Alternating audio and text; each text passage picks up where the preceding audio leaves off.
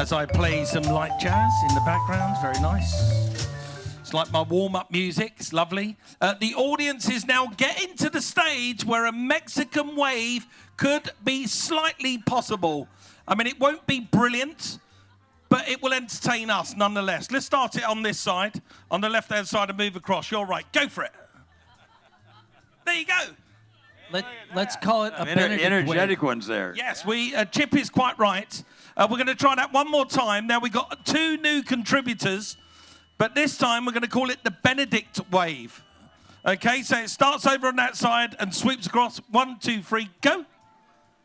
Look at that. That's actually quite good. Well done. Well done, everyone. Oh, you want to see us do it? You ready? I'll start at this end. Ready? 3, 2, 1, go. Isky. He's 102. Ready? Ready? Here we go. 3, 2, 1, go. There you go. Thank you very much, ladies and gentlemen. So you are our audience, and welcome to Benedict Castle Concours. We're so pleased that you made it here. Just by your presence, you've raised money, 100% of which is going to Team Challenge. It means a lot to the Meguiar family, to Barry, to Karen, and God bless her, Nicole, who put on this event previously. Today has been a fabulous day so far. Nicole has provided some beautiful cloudy shade for us, so we don't all bask in this lovely Californian sunshine, which has been amazing. Me, Chip, Wayne, and Corky have walked around and looked at some incredible cars, met some incredible people. But now it's time for you to have a chat with us. So without further ado, on the stage, I'd like you to try and raise this roof if we can. Please put your hands together for our Lord, our leader, our guide, our spirits, Mr. Barry Meguiar, ladies and gentlemen. Oh, yes. Well, Mike, we don't get any bigger than you, so we'll kind of do this together. But, folks, if you're still coming in, I mean, where can you go where you have Wayne Carini, Isky, Iskenderian, I mean, the man from the very beginning, Mike Brewer, of course, Chip Foose, and our grand marshal for today, Corky Coker. Yes. That's right. It's an amazing group. So, folks, you might want to move on down here because right following this, we're going to kind of a short conversation. Just open up a little bit, and then we'll have an autograph signing to the stage left as we're sitting on the stage to our left, and you can walk through and talk to everybody. These and a lot more personalities that are on the property. But just starting, I mean, we got to start at the beginning. I mean, Isky. Yes. Isky. What about? Here we go. Yes, here we go. You know, when you're 101 years old, you have some provenance, you have some privilege, you have the ability to speak first before everybody else. Isky, a lot of years, and you were there at the very beginning. Can you see me here? Look at me. Here we go. Okay.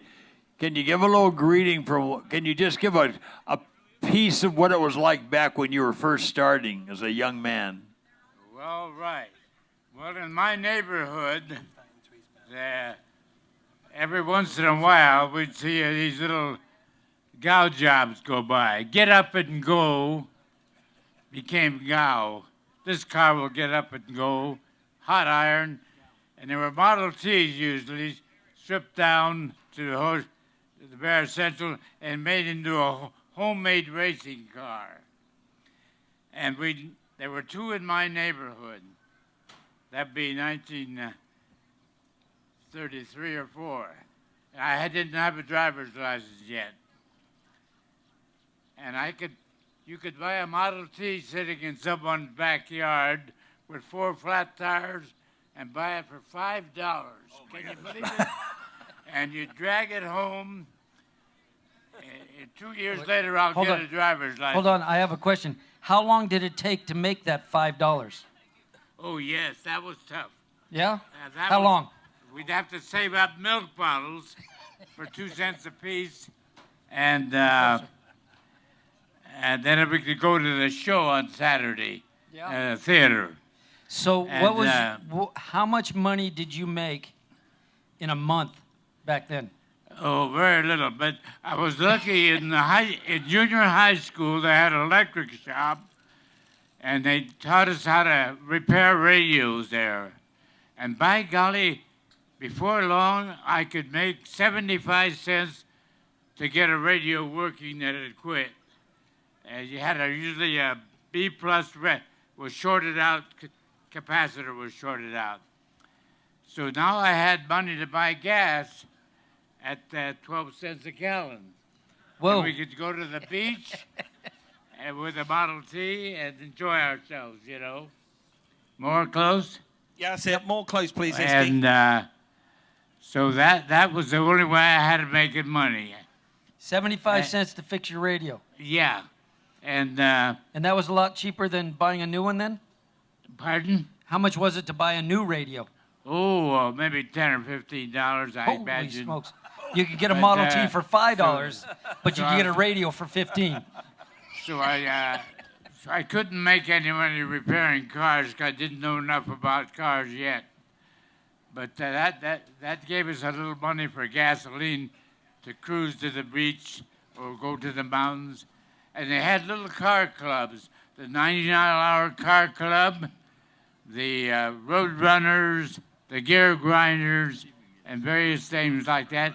And in our neighborhood Okay. was the bungholers. They got that funny name, but they helped me get that Model T running that had been sitting in the backyard for a year, you know.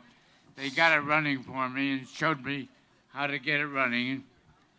And So pretty soon So did I hear right? They were called the bumholers. yeah. Well, that's a different thing today. Well, so if that was a car club today, that would be a whole different kind of car club.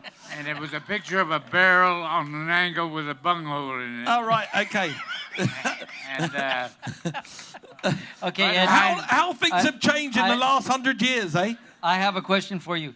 Now, did you grind the cam on your first car? no, I had to go to a famous guy named Ed Winfield, born in 1901, passed away in 1981.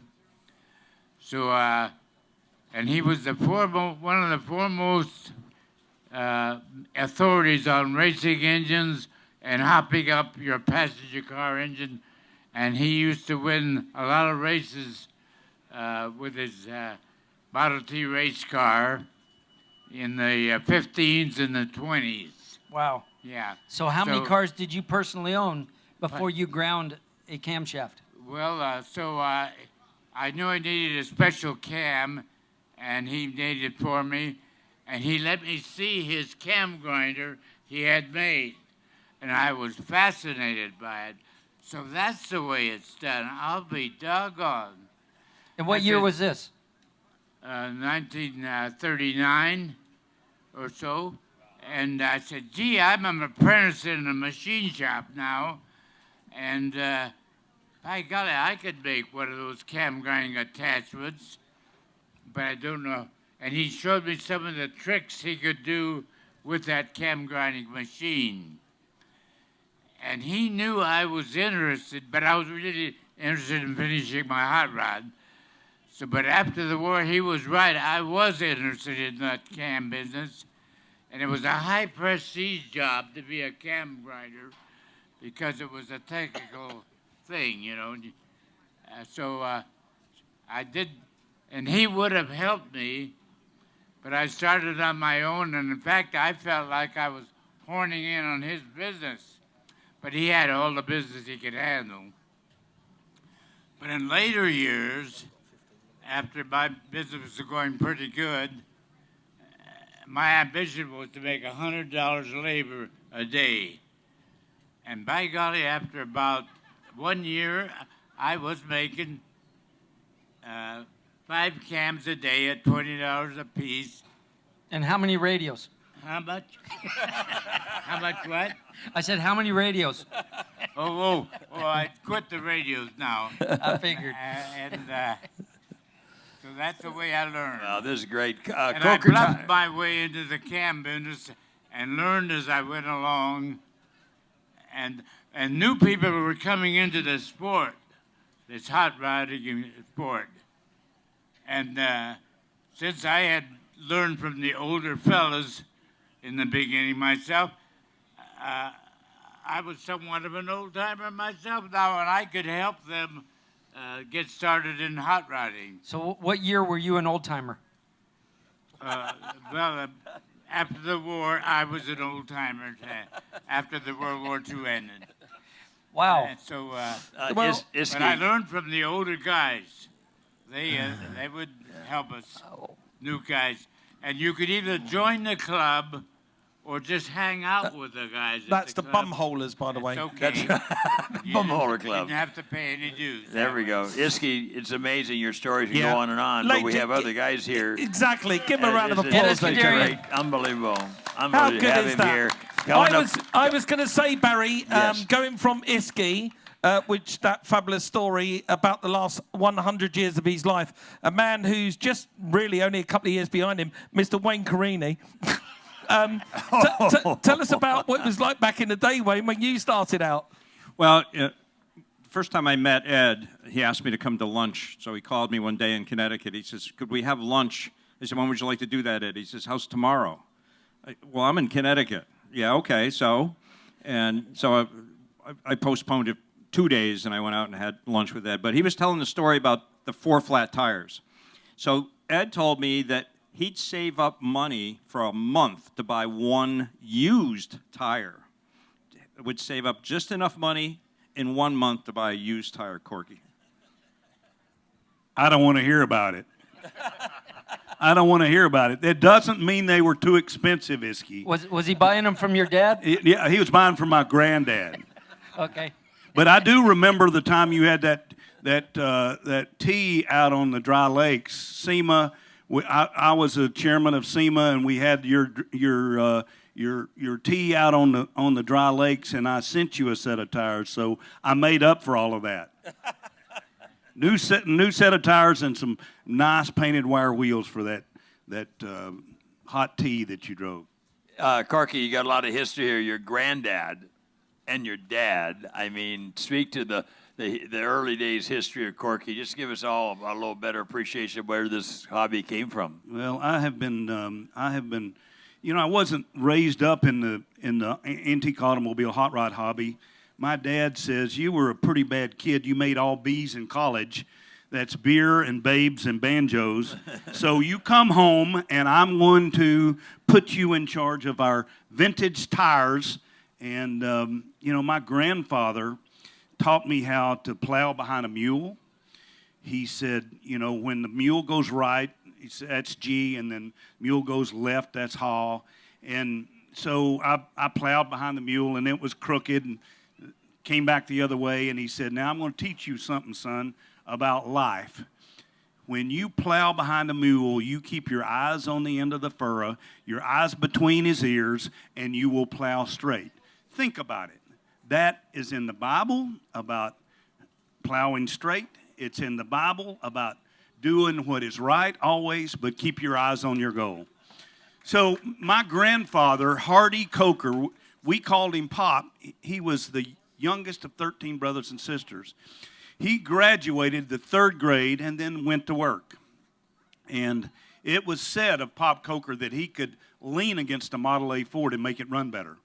It's absolutely truth. I have a car that he built, and it absolutely runs terribly now because he's not leaning up against it. But he's in heaven now. And my father started Coker Tire Company in 1958. I was fortunate to be under his tutelage and taught me many things about people, about life, about my faith. And, I have to say that I was very thankful because car people are the best people in the world, and absolute best people in the world. And we grew the business to the largest in the world. We shipped 2 tractor-trailer loads to individuals every day. We had distributors in 50 countries. We were the first to develop wide white wall radials. We were the first to develop red line radials in a full plethora of sizes. We had over 1,500 tire molds in production. And, God's been good, Barry, all the time. I just am So so how many thankful. cars? How many cars you have right now? Teresa's here. Don't ask a question like that. Sure I do. Yeah. Sure I do. So Yeah, and motorcycles. I have probably, the last time I looked on the insurance rate card, it's about 225 cars and about 150 motorcycles. He's a pretty good car collector, so he knows. yeah, well done, he knows you. what he's talking about. Well done, you. Unbelievable, unbelievable. Yes. Okay. Fantastic. Thank you very much, Corky. As our Grand Marshal here as well, Corky.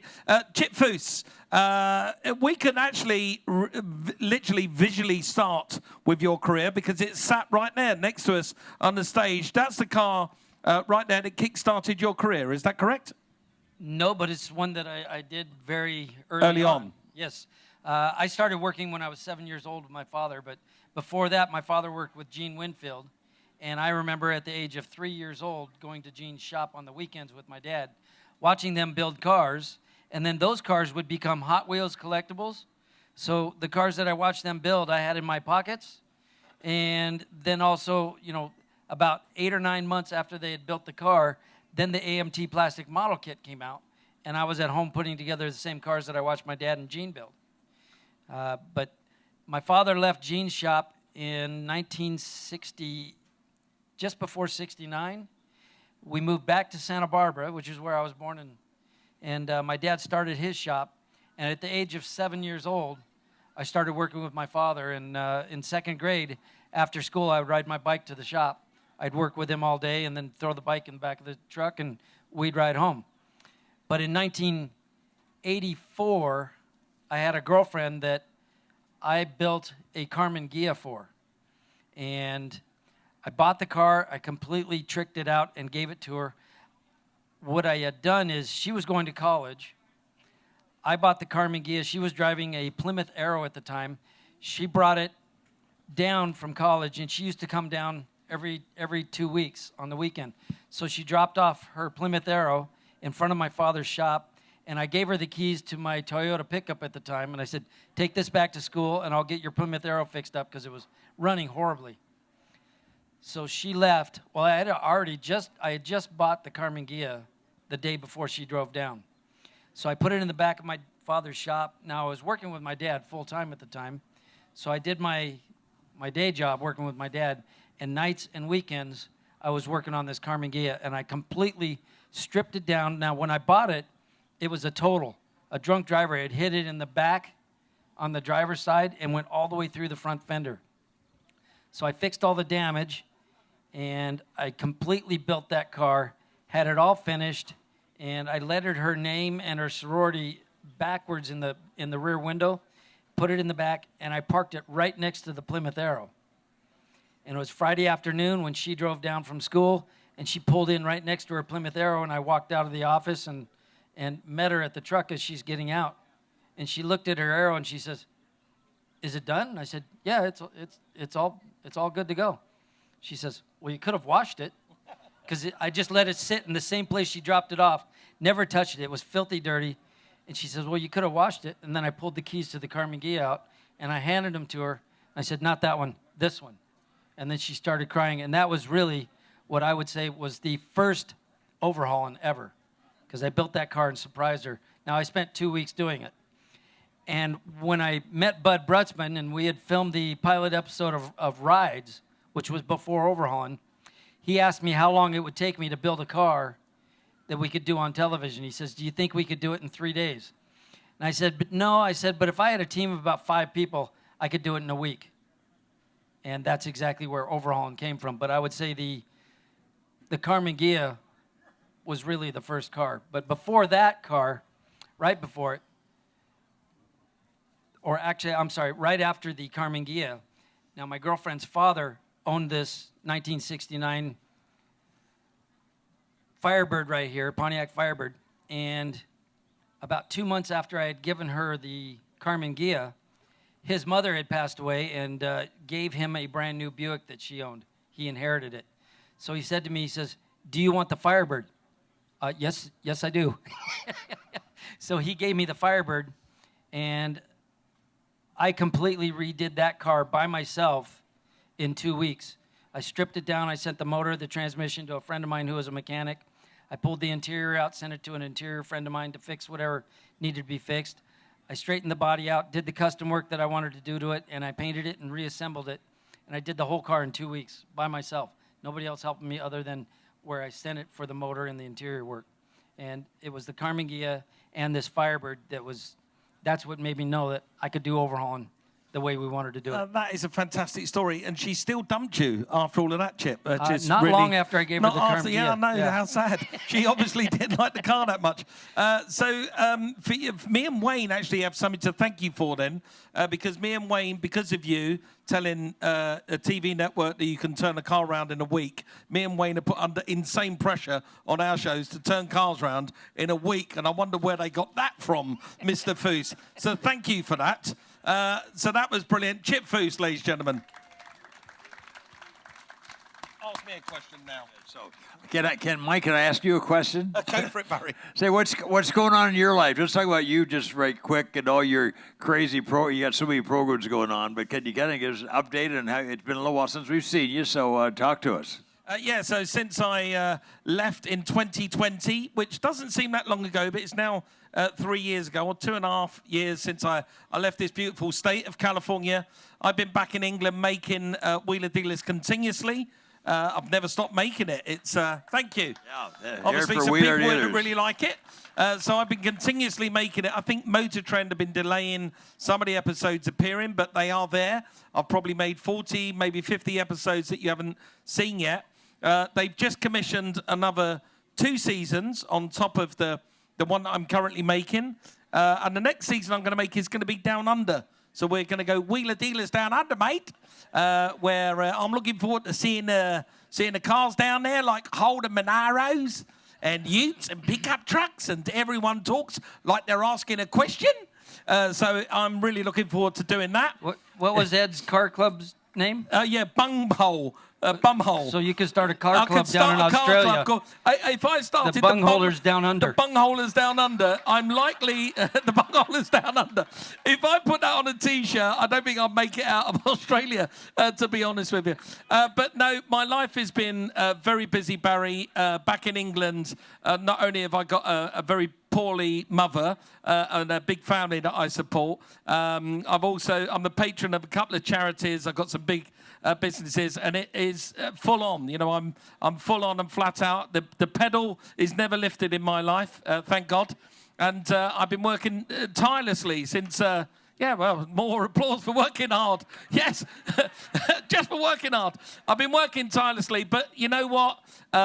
There's something about this place that's rather magical. To get off the aeroplane very late last night and make my way up to here, and to come and be faced with my heroes again on stage, Chip and Wayne. We go back a long way, and to hang out with these guys, it's just like the clock never stopped. It's almost instant being with them again. And for that, Barry, thank you, and thank the Lord for getting me here. So thank you. You get the award for coming the farthest distance, that's for sure. Oh, well, thank you. Yes, I did 5 hours at customs last night. Oh, it was quite terrifying. So you're one of the customized objects here. I am, yeah, exactly. He was customized, yes, I was customized, yeah, 5 hours. So, Barry, I just want to tell the crowd that, I have a very special designation also as Grand Marshal. In that, at the SEMA show in 2019, Nicole and Barry were walking off of the show floor, and she says, "Oh, there he is, Dad. I want to talk to Corky." And she came over and she said, "Corky, I would just like for you to be our Grand Marshal at the Benedict Castle Concours." And as you know, Nicole, unfortunately, went to heaven early for us, unfortunately for us. But now she is more alive now than she ever has been. But so, what you need to know about Nicole is she loved this teen challenge. She absolutely loved it with all of her heart. And she really spent most of her life doing that. She could have worked at Meguiar's, but she left that and came here raising money for this teen challenge of Southern California. because it changed her life, and she wanted to change others. She wanted to raise money. That's why this event happens. And I am the last one that Nicole Meguiar will have asked to come be the Grand Marshal, and I consider it a high honor. I lost my son not 13 months after Nicole went to heaven. And, you know, the Meguiars have a special place in the heart Teresa and I have for those that are trying to create the dynamic that their lives have been in the gutter, and, you know, they have had a heart change, and, you know, have learned that Jesus is the one that does the healing. And you are supporting that, being here at Teen Challenge, being here at the Benedict Castle Concours. So thank you, folks, for doing that. Thank you so much. Give a big round of applause to all the red shirts at Teen Challenge here. And the red shirts, again, are our former addicts that are in the program now, and you talk to these guys, every one of them's a miracle, so talk to them.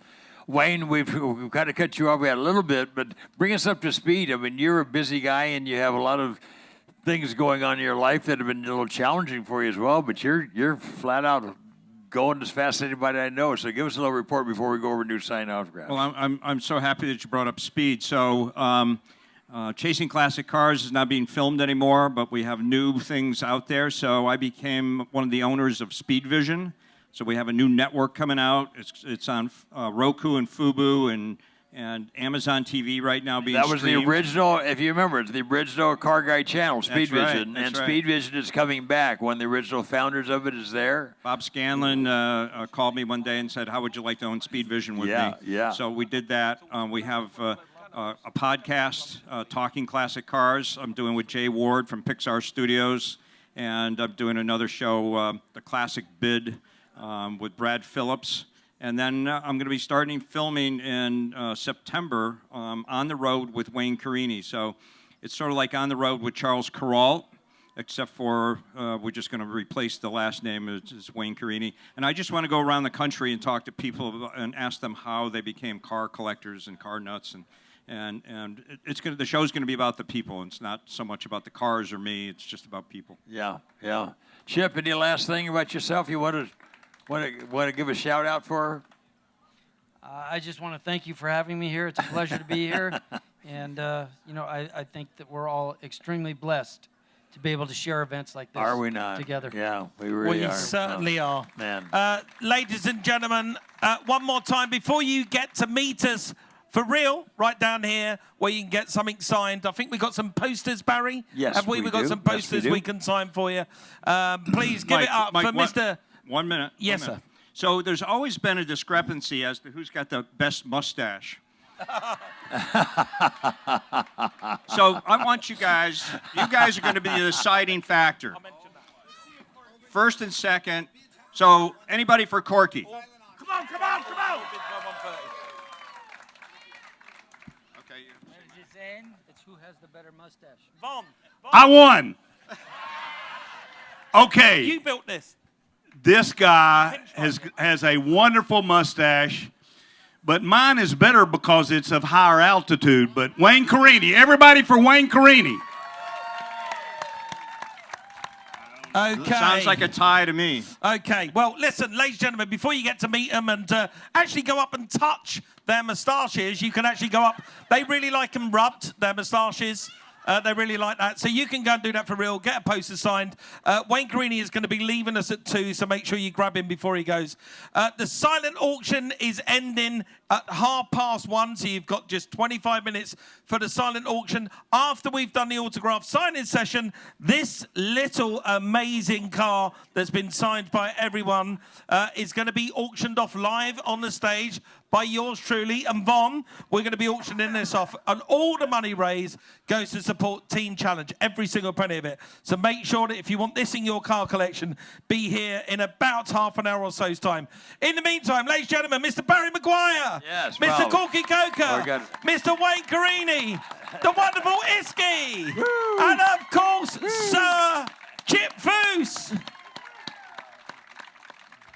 We'll see you over at the autograph signing session right now. Back on stage later. Right, and any others of you celebrities that are around, Cleo, Shelby? Linda Vaughn. I mean, there's a few. Bruce Meyer, part of us. We're having a sign up with a big white hat. Okay, the way this is going to So we're work. going to get over here. We'll have a whole bunch of people signing autographs with you. Sorry, Barry. The way this is going to work, if you go over to the Teen Challenge of Southern California tent, you can buy the poster for just $10. All the proceeds go to Teen Challenge. Buy the poster, and then we'll sign it for you as you queue up. Thank you.